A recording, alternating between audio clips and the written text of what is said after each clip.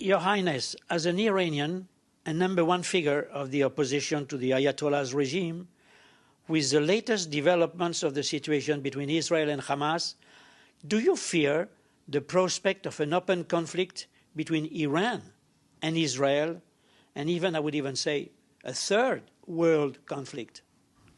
Well, given the circumstances, I'm not surprised that all of us should be quite concerned, particularly me as an Iranian, thinking of how this could have implication against my country. However, there is a solution to this conflict, and the best solution is to eliminate the real threat, which is the nature of the regime, in favor of a population that, contrary to the regime, does not want war, but seeks peace and good relationship with our neighborhood.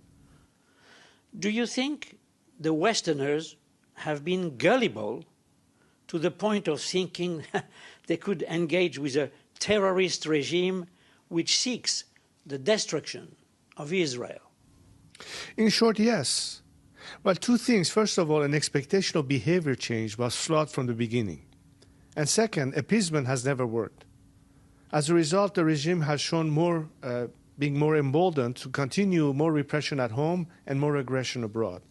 Once again, if we shift the focus not on what is the root cause of the problem, but how to eliminate the problem itself, the only solution, if we want to avoid conflict and war and confrontation, is to have this regime no longer in place. That means a direct policy of support of the Iranian people, who are your natural allies. When I say are natural, I mean the Western free world, as opposed to a regime that from the very beginning was anti-Western, anti-democratic, and is the contrast between night and day.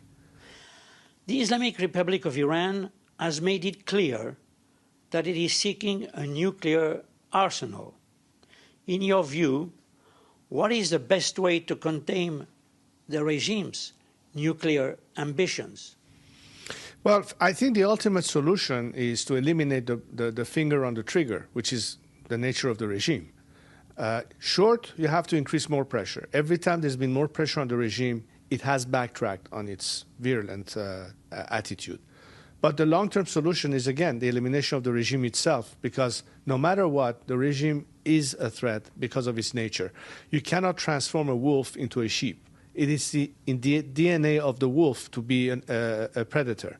This regime operates the same way. It has to ultimately export an ideology, and it has done that. The only solution is to have a democratic alternative to this regime, which is what the Iranian people seek. And as a result, you will have, in the spirit that democracies don't go at war with one another, a nation that would be committed to regional stability, would be committed to peace, with brotherly relationships with our neighborhood, whether it's the Arab world or the Israelis, because that's in our best advantage in terms of national interest. This regime doesn't care about Iranian interest, or for that matter, the people. It only seeks its own survival.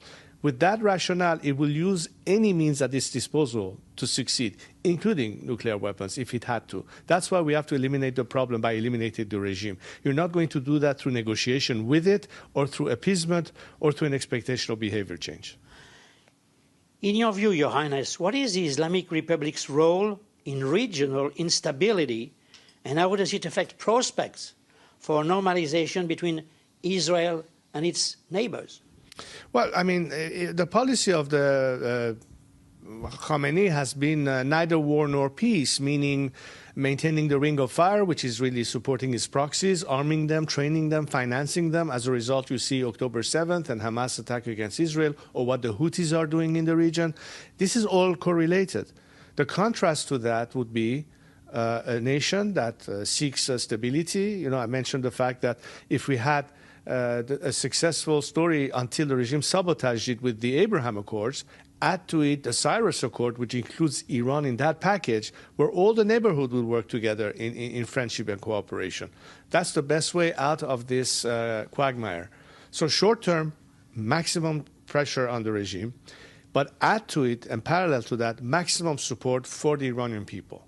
The only way to avoid conflict and military sense is to seek the third way, which is supporting the Iranian people to get rid of this regime and instead bring about a nation that is truly represented by a democratic government. And our aspirations as a nation for human rights, for freedom, for democracy, and for brotherly relationship is the element that will change la donnée, as we say in French. And therefore will change completely the scenario and prospects of the near future and beyond. A number of polls, Your Highness, place you by a wide margin as the most favored political personality inside and outside Iran. How do you respond to these numbers? Well, I'm both humbled and proud as a result, knowing that there's so much respect and trust in me, which simply makes it more effective for me to play the role of a transitional leader and help the process of change in Iran by bringing about an end to this regime and then facilitate a process where democratically we'll be able to choose our future and our destiny. And that's the role I intend to play, and I've always said that I will do that, and therefore it appears that now there's even more impetus and more moral obligation on me to perform that role. So when can we expect Reza Pahlavi in Tehran? As soon as our country is liberated. I'd like to be among my fellow compatriots and be able to start rebuilding our country and help it come back to the fold of the free and modern progressive world.